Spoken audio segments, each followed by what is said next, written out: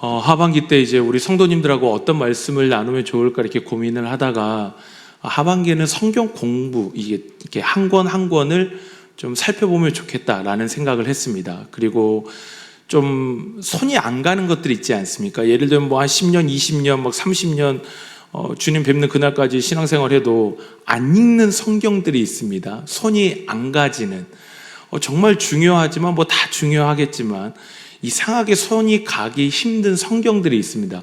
혼자 읽으면 너무 무슨 소리인지 모르겠고 읽으면 다 검은색은 그리고 흰색 종이 같아서 이게 하나님 말씀 읽기가 쉽지 않은 그런 성경 중에 하나씩 찾아가지고 읽으면서 공부해보면 좋겠다라는 생각을 좀 하게 되어서 이번에 새롭게 저도 이 강의안 혹시 다 받으셨습니까? 네, 강의안을 이번에 새롭게 저도 만든 거고요. 이렇게 해서 한번 해보면 좋겠다라는 생각을 했고, 그 중에 이제 저는 선지서를 떠올리게 되었습니다. 사실 선지서를 생각해 보시면 구약 성경에서 선지서의 분량이 어마어마합니다. 그러니까 이사야부터 해가지고 마지막 말라기까지 이게 다 선지서입니다. 앞에 율법서, 그다음에 역사서, 시가서가 있긴 하지만 거의 분량으로만 보자면, 장수로만 보자면 반이 넘는 분량이 선지서입니다. 근데 생각보다 우리 선지서 잘 안 읽어집니다. 혹시 이사야서 읽어보신 적 있으실까요?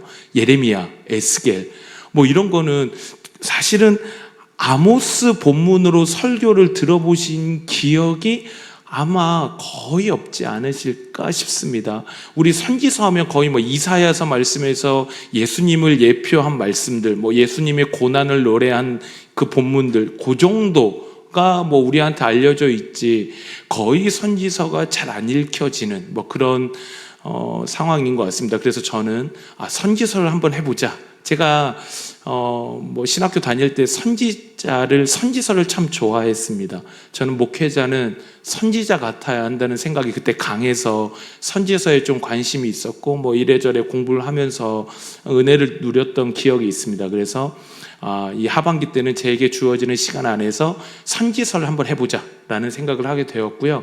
그리고 오늘 보신 아모스서를 선택하게 된 이유가 있습니다. 이거 소리 괜찮으십니까? 괜찮으세요?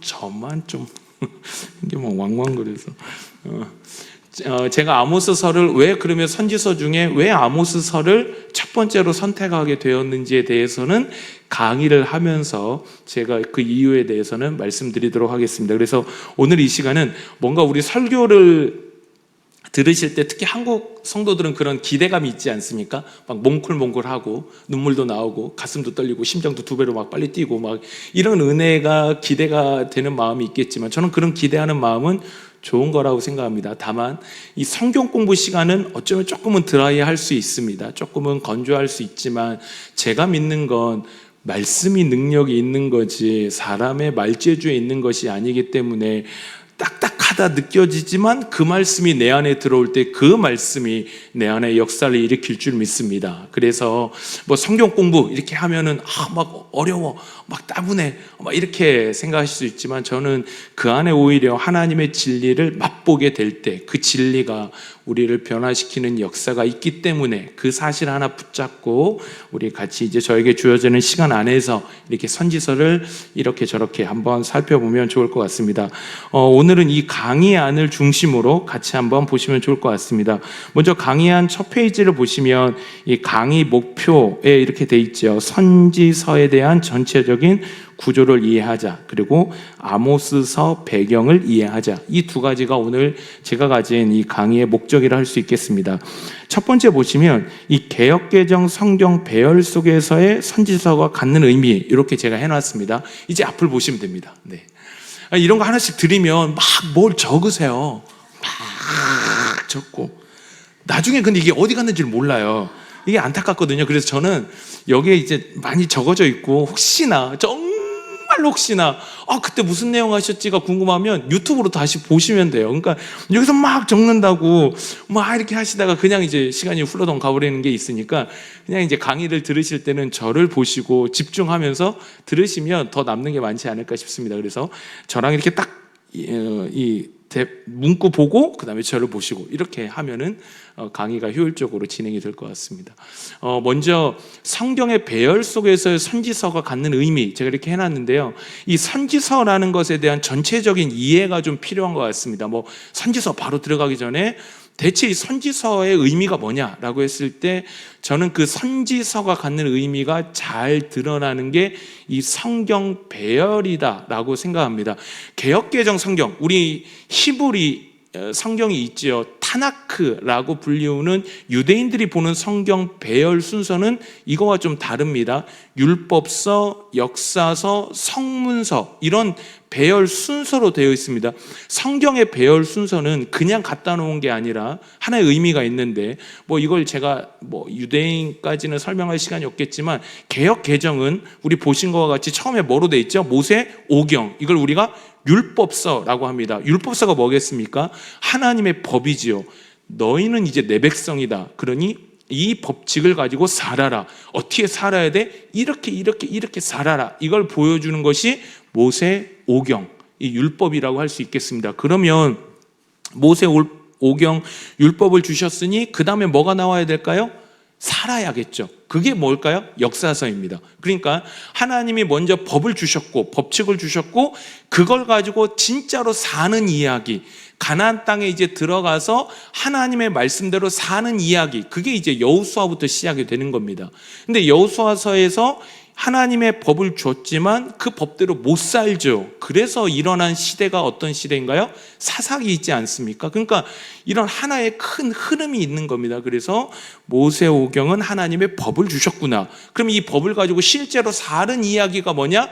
역사서다. 그러면 문제는 뭘까요? 하나님의 법을 주셨지만 그 법대로 못 삽니다. 그러니 믿음의 법칙이 깨지고 자기의 소견에 옳은 대로 행하는 사사기 시대가 도래하고 난리 막 왕들이 일어나고 나라가 분단되고 이방 민족에 의해서 침입받고 그런 역사적인 이야기들이 쭉 열거되는 것이 모세오경 다음에 역사서라고 할 수 있고요.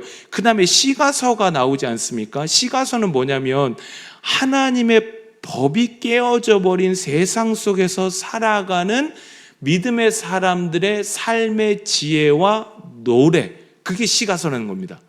다시 한번, 이런 외우실 필요가 없지 않습니까? 법을 주셨고 실제로 사는 이야기 역사서. 근데 깨어져 버렸어요, 법이. 그래서 그 깨어진 세상 속에서 어떻게 살아야 돼? 그 삶의 지혜.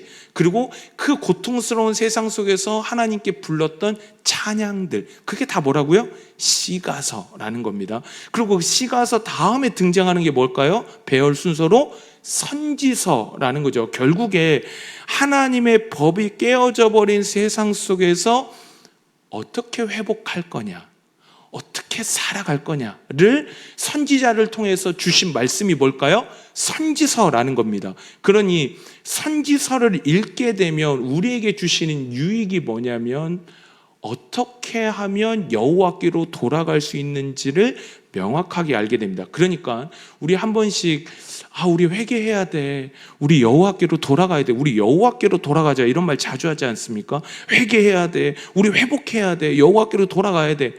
그럼 이게 구체적으로 회개가 뭐냐라는 거죠. 하나님이 원하시는 회개는 뭐냐? 하나님이 원하시는 돌아옴이란 뭐냐? 여호와께로 돌아가자 하는데 그럼 여호와께로 돌아간다는 말의 구체적인 의미가 뭐냐? 이게 다 어디에 등장하는 걸까요? 선지서에 등장을 한다는 겁니다. 그리고 나서 마태복음이지 않습니까? 이 아브람과 다윗의 조상 예수 그리스도의 계보가 이제 시작이 되어지죠. 이게 어떤 흐름이냐면 결국에 법을 주셨고요, 법이 깨어져 버렸고 법이 깨어진 세상 속에 살아가는 시와 노래들이 있고, 그러면 우리 어떻게 회복할 건데 그게 선지서에 나오고 그 회복된 세상, 선지자들이 노래하고 꿈꿨던 회복된 세상을 현실 속에서 실제로 보여주신 분이 누구일까요? 예수 그리스도인 겁니다. 그러니까 선지서를 모르고 신약을 읽으면 예수님의 말이 도덕밖에 안 되는 거예요. 왜 예수님의 말을 도덕처럼 듣냐면 선지서를 모르기 때문입니다. 예수님이 하신 말씀은 새로운 게 아닙니다. 예수님이 행하신 행동들은 새로운 게 아닙니다. 구약에서부터 이미 예언되어져 왔고 이미 말씀되어진 거를 꿈만 꾼 거예요. 꿈꿨죠. 우와, 그런 세상, 그러한 믿음의 삶, 어떤 삶일까? 회복하자라고 하는데, 여호와께로 돌아가자는데 그 삶은 어떤 삶일까?를 보여주신 분이 누구일까요? 우리 예수 그리스도다라는 것입니다. 그래서 우리 예수님의 사역은 구약을 알 때 그 사역의 해석이 훨씬 풍성해집니다. 그냥 도덕이 아니에요. 그냥 뭐 윤리를 가르치신 것이 아니라 결국에는 그 회복될 세상에 대해서, 하나님 나라의 회복에 대해서 구체적으로 완성된 모습을 보여주신 분이 예수님이다라는 것입니다.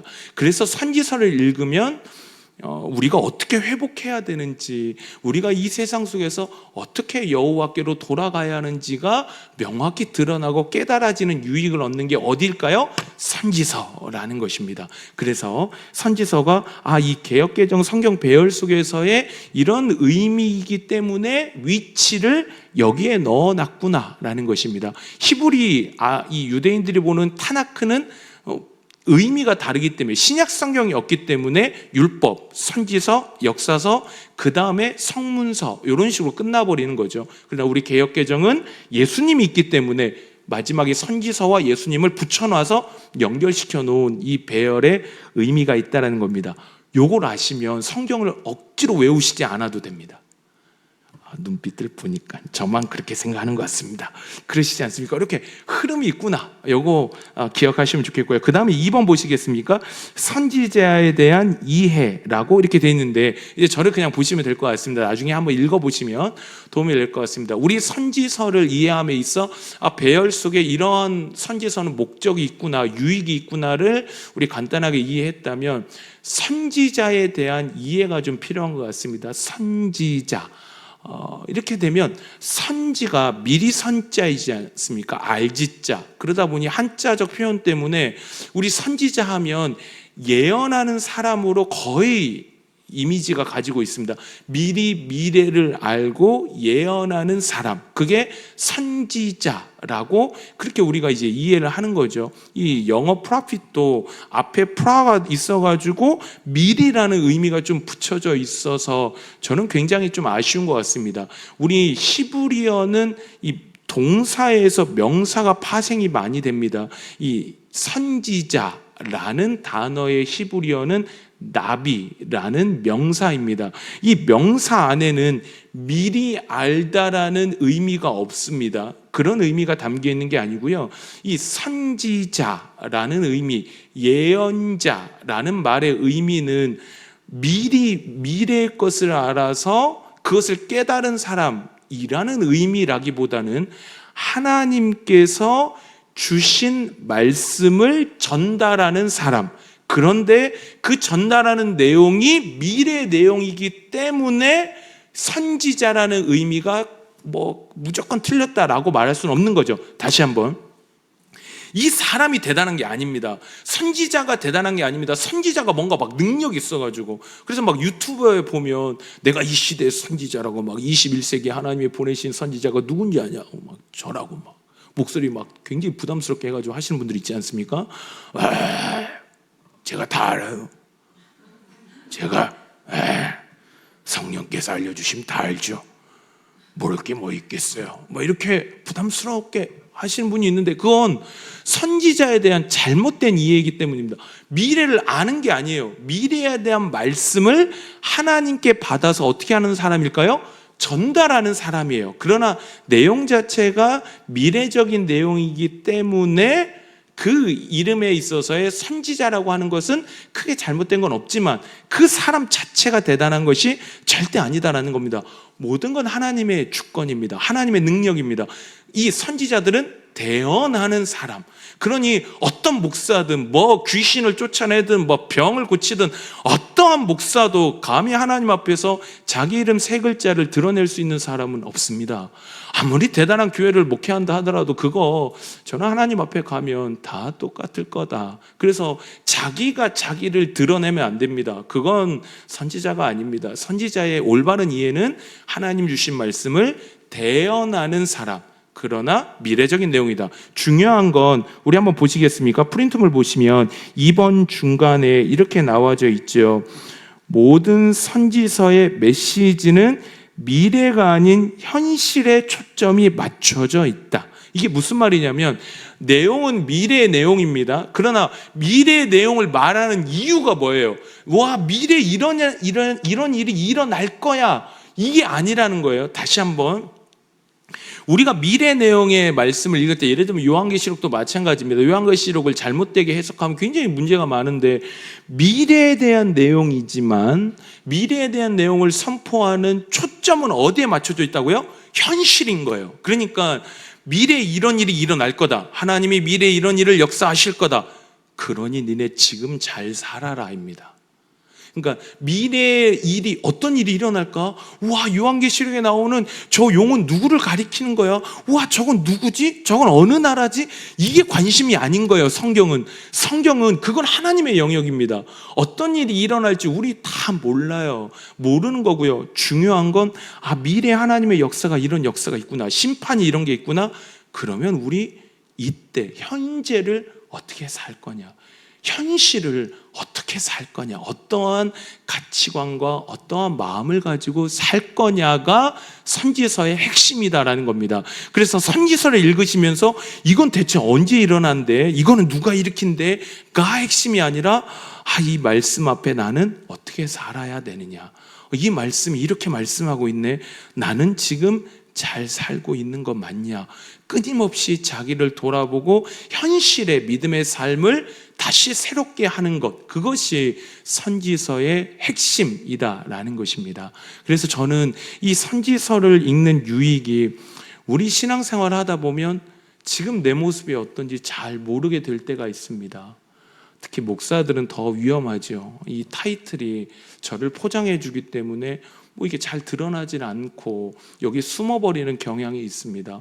마찬가지인 것 같습니다. 우리 장로님, 권사님, 집사님, 성도님, 어떤 분이든 말씀 앞에 자기를 세우지 않으면 계속 병들어갑니다. 나는 잘하는 것 같거든요. 나는 이 정도면 하나님 앞에 괜찮은 것 같거든요.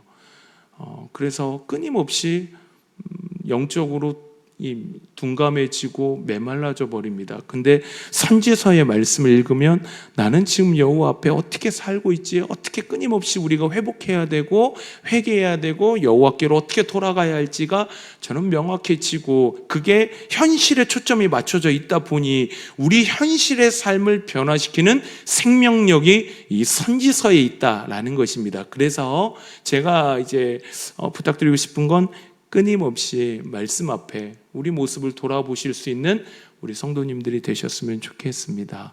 자만하지 않고 어린아이 같이 되지 못하면 천국에 못 들어간다가 그런 말인 것 같습니다. 어린아이 같이 자기 모습을 하나님 앞에서 계속 보고 또 보고, 그대로 어른처럼 꿰쓰고 머리 쓰고 그러지 말고, 저 역시도 이 말씀 앞에 참 겸손해지고 저를 막 돌아보게 되는 것 같습니다. 이 선지서를 저와 함께 공부하면서 이 은혜를 좀 많이 누리셨으면 좋겠습니다.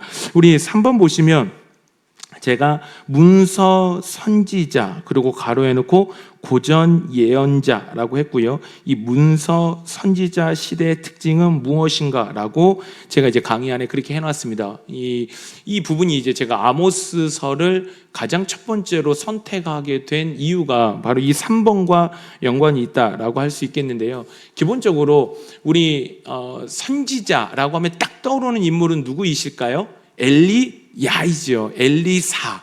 왜 그렇죠? 기적이 있으니까요. 재밌습니다. 막 읽다 우와 사람도 살려내고, 우와 가뭄 대결하고, 우와 막 곰이 나와서 사람도 죽이고, 막 이적들이, 기적들이, 이벤트와 에피소드가 가득한 게 엘리야, 엘리사입니다. 갈멜산의 전투가 대표적이지 않겠습니까? 그래서 우리는 엘리야, 엘리사를 대표적으로 보지만 사실 엘리야나 엘리사의 이름으로 전해져 오는 성경은 없습니다. 그렇죠. 엘리사서가 없습니다. 엘리야서가 없죠.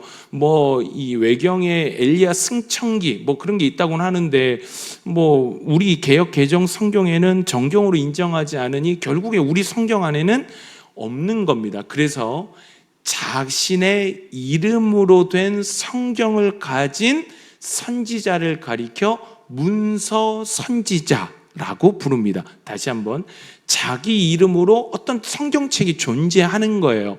그 사람들을 가리켜 뭐라고 말한다고요? 문서 선지자라고 말하고요. 이 문서 선지자부터 해서 선지자의 하나의 틀이 만들어집니다. 그러니까 우리가 생각하는 건 엘리야, 엘리사지만 그건 굉장히 특이한 케이스입니다. 문서 선지자 시대부터는 기적이 없습니다. 문서 선지자부터는 에피소드가 거의 없습니다. 뭐 예레미야서 그 많은 장수이지만 그 안에 기적이 없습니다. 엘리야가 막 예레미야가 기도했더니 막 하늘에서 불 떨어져서 바알과 아세라 이런 거 아예 나오지도 않습니다. 그러니 이 문서 선지자부터 해서 선지자의 기본 틀이 만들어진다라는 거죠. 그래서 우리가 뭐라고 말하냐면 고전 예언자라고도 표현합니다. 그러니까 우리가 말하는 하나의 선지자의 틀을 형성한 사람들, 그래서 그 양식대로 이제 선지자들이 계속 등장하는 거죠. 우리 세례 요한도 선지자라 하지만 기적이 안 나옵니다. 그러니 이 양식대로 이렇게 이제 이 하나의 틀 안에서 선지자가 계속 뒤에 나오는데, 이 이사야부터 시작해서 말라기까지, 그러니까 이사야, 예레미야, 에스겔, 다니엘, 뭐 예레미야, 에가가 있긴 하지만요, 만약 예레미야, 에가를 한 권으로 치면 5권의 대선지서가 있죠. 대선지서인 이유가 뭐죠? 대자 붙이는 이유는 더 대단하기 때문이 아니라 뭘까요? 분량이 많아서이고요. 그 다음에 호세아부터 시작해서 호세아, 요엘, 아모스부터 시작해서 말라기까지 진행되는 12권의 소선지서가 있죠. 왜 소선지서일까요? 분량이 작아서입니다.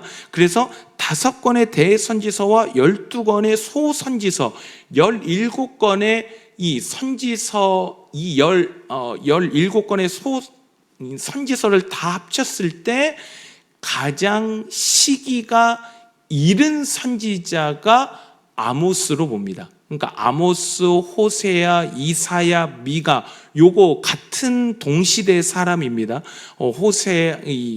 근데 그 앞에 아모스서가 아마 가장 이 문서 선지자 중에는 초반일 거다, 앞에 부분일 거다. 그래서 뭐 이 아모스든 이사야든 호세아든 미가든 뭐 이거 다 같은 동시대 사람으로 보여집니다. 여하튼 이거는, 근데 이제 이런 게 있습니다. 학자들마다 견해가 조금 다를 수 있습니다. 그러니까 우리 이런 거 따질 때 있잖아요. 이걸 너무 신령과 진정으로 깊이 안 들어가시면 좋겠어요. 이게 뭐가 맞는데 뭐가 일찍인데 학자들마다 좀 다를 수밖에 없는 게, 이 문체와 이 역사적 배경을 가지고 우리가 추측하는 것이지 뭐 무조건 다 이겁니다 라고 할 수 없는 부분은 분명히 존재합니다. 그러나 대다수의 선지자 연구자들은 아모스가 이 주전 8세기 중엽이라고 하는데요, 여하튼 이 주전 8세기 중엽의 선지자로서, 이 문서 선지자로서는 가장 이른 선지자, 처음에 등장한 선지자로 그렇게 보여지는 거죠. 그래서 이 3번을 보시면 자신의 이름으로 된 책을 가진 선지자, 사건이나 기적들이 없고 선포된 말씀들로 이제는 이 문서 선지자들은 구성이 되는 겁니다. 그 내용이 엘리야나 엘리사 같은 게 아니라 이제는 선포된 말씀들이 쭉 모아지고 있는 거고요. 그 다음에 특징이 이스라엘과 이방 나라들에 대한 심판 내용이 나옵니다. 우리 엘리사나 엘리야, 갓, 나단 같은 선지자를 보시면 이 열왕기서나 역대기서에 등장하는 선지자들은 사실 왕권에 대한 심판입니다. 그러니까 나라 전체라기보다는 너 그런 식으로 해, 네 왕권을 하나님이 버리실 거다, 뭐 이런 식의 선포가 주된 내용이었고, 이방 나라들에 대한 선포 내용도 거의 찾아보기 어렵습니다. 뭐 아람 정도 좀 있을까요? 주변 국가들 조금씩은 선포하지만 거의 없습니다. 근데 문서 선지자 시대가 되면 그냥 한 왕권을 대상으로 하는 것이 아니라 이스라엘 전체 운명에 대해서 선포하기 시작하고요. 그 다음에 보시면 이방 나라에 대한 심판 말씀이 본격적으로 등장합니다. 그러니까 조금씩이 아니라 그 주변에 이 연관되어 있는, 이스라엘과 연관되어 있는 주변 국가들, 이방 나라들은 전부 다 이제 하나님께서 다메섹부터 시작해서 아모스도 그렇지만 어떻게 하나님이 각각 다 심판할 것을 이제 아모스 선지자를 통하여 이방 나라들에 대한 심판이 이제 아모스서부터, 문서 선지자부터 등장을 하더라라는 거죠. 그게 왜 그러냐면 4번 보시겠습니까? 세상 질서로에 편입된 시대. 뭐 이렇게 제가 해놨는데 여기 아래 이제 지도를 보시면 지도 보이시나요? 네. 잘 따라오고 계시지요? 네. 왜 혼자 가는 느낌이 살짝 들어서 저희 같이 가고 있는 거죠. 네. 그래서 4번 보시면 이 그림 안에 이 이집트 통일 보이십니까? 그 다음에 옆에 오른쪽에 보시면 메소포타미아, 뭐 아시리아 제국 뭐 이렇게 되어져 있습니다. 그러니까 이런 겁니다. 저를 보시면 이렇게 이해하시면 됩니다. 이 다윗 때, 뭐 솔로몬 때, 뭐 그 다음에 북왕국 이스라엘과 남유다 분열 왕국 시대 때도 뭐 이렇게 아수르라는 나라가 등장하지, 그 뒤에 등장하긴 하지만 거의 안 등장하죠.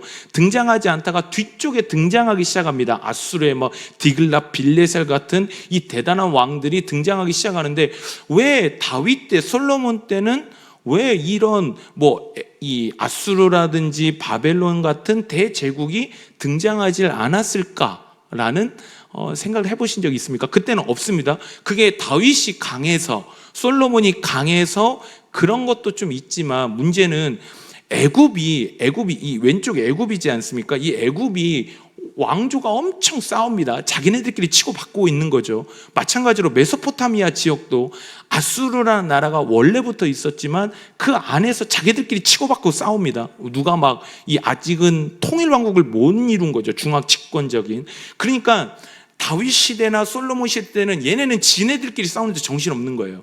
그러다가 어떻게 될까요? 이제는 분열 왕국이 되고 뒤로 가면서 아수르의 뭐 이 대단한 왕이 등장하면서, 뭐 디글랏 빌레셀 같은 왕이 등장하면서 이 아수르를 완전히 통일시키고 내정을 이제는 안정화시키고 중앙 집권적 국가를 딱 갖추고 나서 이제 어떻게 되는 걸까요?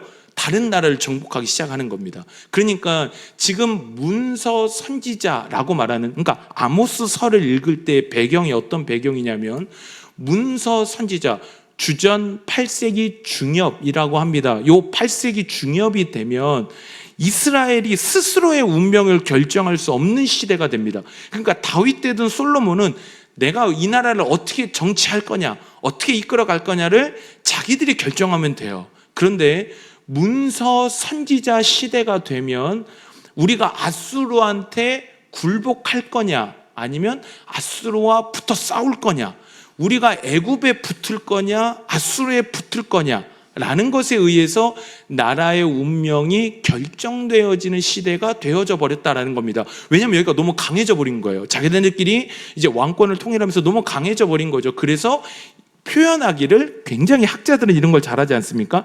세계 질서 뭐 안으로의 편입, 세계 질서. 그러니까 세계 질서가 이제는 대제국의 질서가 형성이 되었고, 이스라엘이 독자적인 운명을 이제 운영할 수 없고 그 안에 포함되어 버린 시대, 그게 아모스 시대이고 우리가 읽을 이제 선지서의 시대라는 겁니다. 그러니까 그 관점을 가지고 읽으셔야 돼요. 우리나라는 왜 성경이 이렇게 좀 잘 이렇게 마음에 와닿을까요? 우리나라 역사와 닮은 점이 많습니다. 사실 지정학적 위치로 봐도 이스라엘과 우리나라가 닮은 점이 많은데, 우리나라도 일제강점기가 있었고 청나라냐 일본이냐 러시아냐 이 세계 열강들 속에서 자기들 스스로 나라의 운명을 결정할 수 없었던 시대가 참 길지 않았습니까? 그래서 그 민족의 아픔, 그 슬픔, 그 공포, 두려움이 그 민족 안에 있죠. 그걸 한으로 표현하기도 하지 않습니까? 그런 것들이 이스라엘의 성경 안에도 고스란히 담겨져 있고요. 그 감정이 있기 때문에 우리는 좀 더 이 성경을 좀 더 이렇게 생동감 있게 읽는 것이 아닌가 싶습니다. 여하튼 아모스서, 문서 선지자들은 이런 시대였구나, 나라의 운명 자체가 스스로 결정할 수 없는 시대에 살았구나라는 것을 이해하시고 염두하시면서 그 시대에 그러면 하나님이 선포하신 말씀은 뭐냐? 이걸 생각하시면서 보시면 훨씬 더 유익이 있을 것 같습니다. 그래서 이제 아마 마음속으로 두려움이 있으실 거예요. 한장하는데 지금 몇 분을 하신 거냐? 그러면 대체 주님 오실 때까지 할 거냐? 뭐 이런 두려움이 있으시겠지만 제가 시계를 정확히 보고 있습니다. 그래서 제가 이거 쭉 한번 끌고 가보려고 합니다. 천천히 이 성경을 이해하고 시대를 이해하면서 보시면 오늘은 뭐 첫 시간이니까요. 한 권을 이해하잖아요. 그러면 다른 권도 똑같은 방식으로 공부하시면 돼요. 다시 한번 성경을 다 공부하려면요 정말 힘들어요. 저도 잘 모르고요.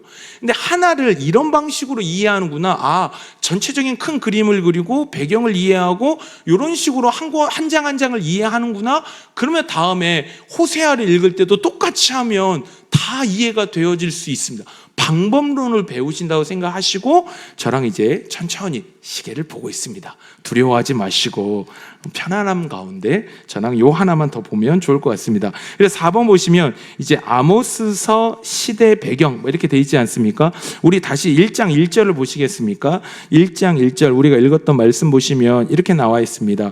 유다 왕 우시아의 시대다. 이렇게 나와 있죠. 그때 이제 여로보암의 시대, 이스라엘 왕 요아스의 아들 여로보암의 시대, 이렇게 시대가 이제 나타나져 있는데 1번 보시면 프린트물 보시면 그래서 아모스서의 시대적 배경은 성경이 분명하게 말하고 있는데 여로보암 2세입니다. 그러니까 여로보암 이름이 두 개이죠. 개창자, 북이스라엘 솔로몬 다음에 나라가 나뉘어지고 북이스라엘의 개창자도 여로보암 1세이고요. 여기서 나오는 여로보암은 여로보암 2세입니다. 정확히 하면. 그래서 여로보암 2세 때이고 이 여로보암 2세가 41년간을 통치했습니다.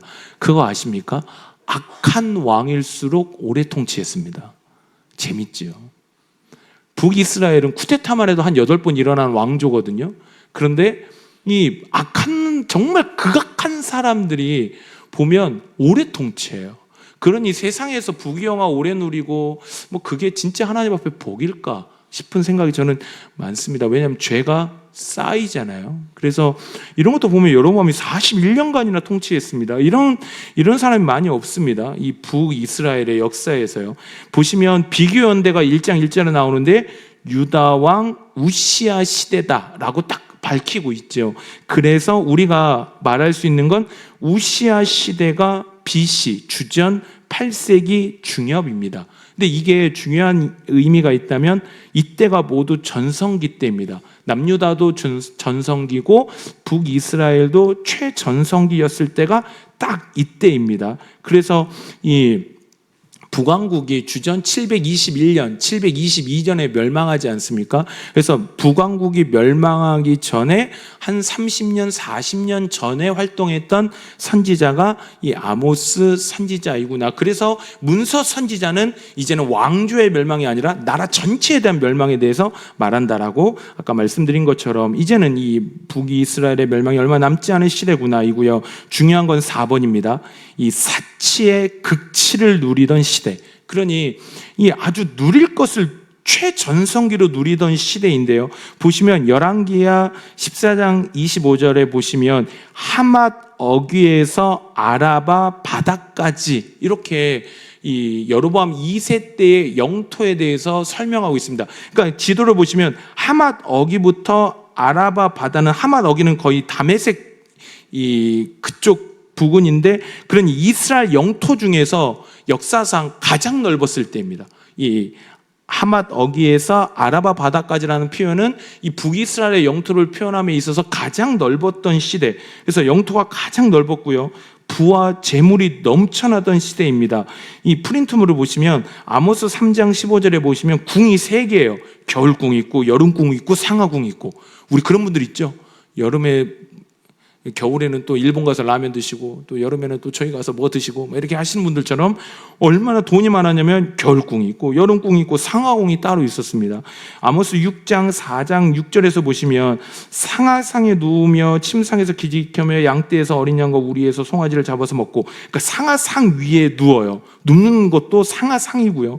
뭐 계속 뭐 잡아먹고 편히 놀며 비파 소리로 노래하고 뭐 대접으로 포도주 그냥 마시는 것도 것도 아니고 대접으로 마시고 몸에 귀한 기름을 바릅니다.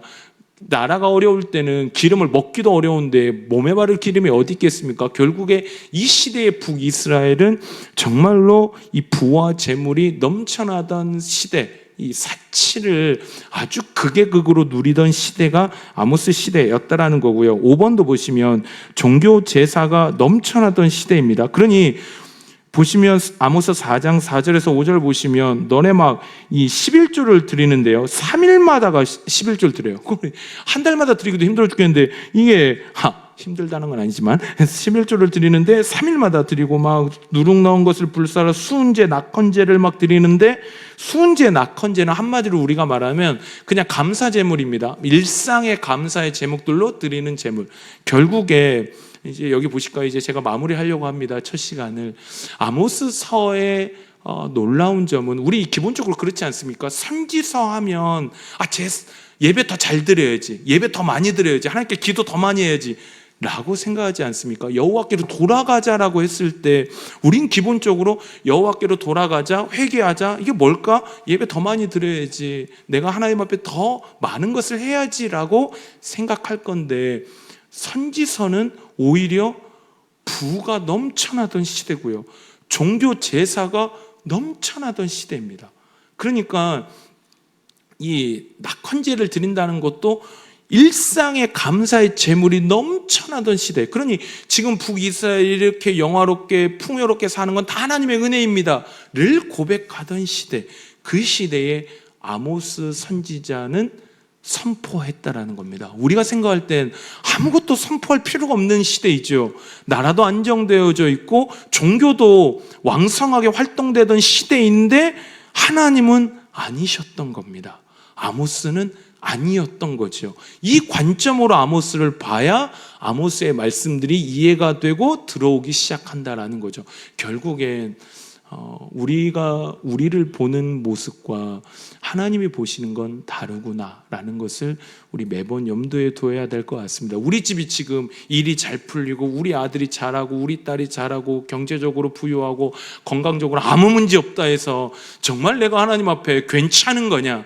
지금 우리 교회가 부흥하고 있고 우리 교회가 분위기가 좋고 뭐 이렇다 해서 지금 우리는 그냥 이게 만족스럽게 그냥 가도 되는 거냐?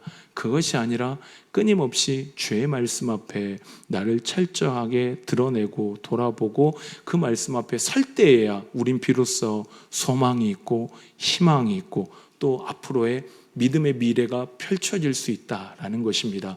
끊임없이 내 생활에 안주하지 않고 깨어서 하나님 앞에 끊임없이 나를 돌아보고 돌아봄으로 오히려 선지서의 그 외침이 우리 삶 속에 실제로 일어나서 하나님께 책망받는 삶이 아니라 하나님께 칭찬받는 저와 우리 성도님들의 믿음의 삶이 되시기를 주님의 이름으로 소망합니다.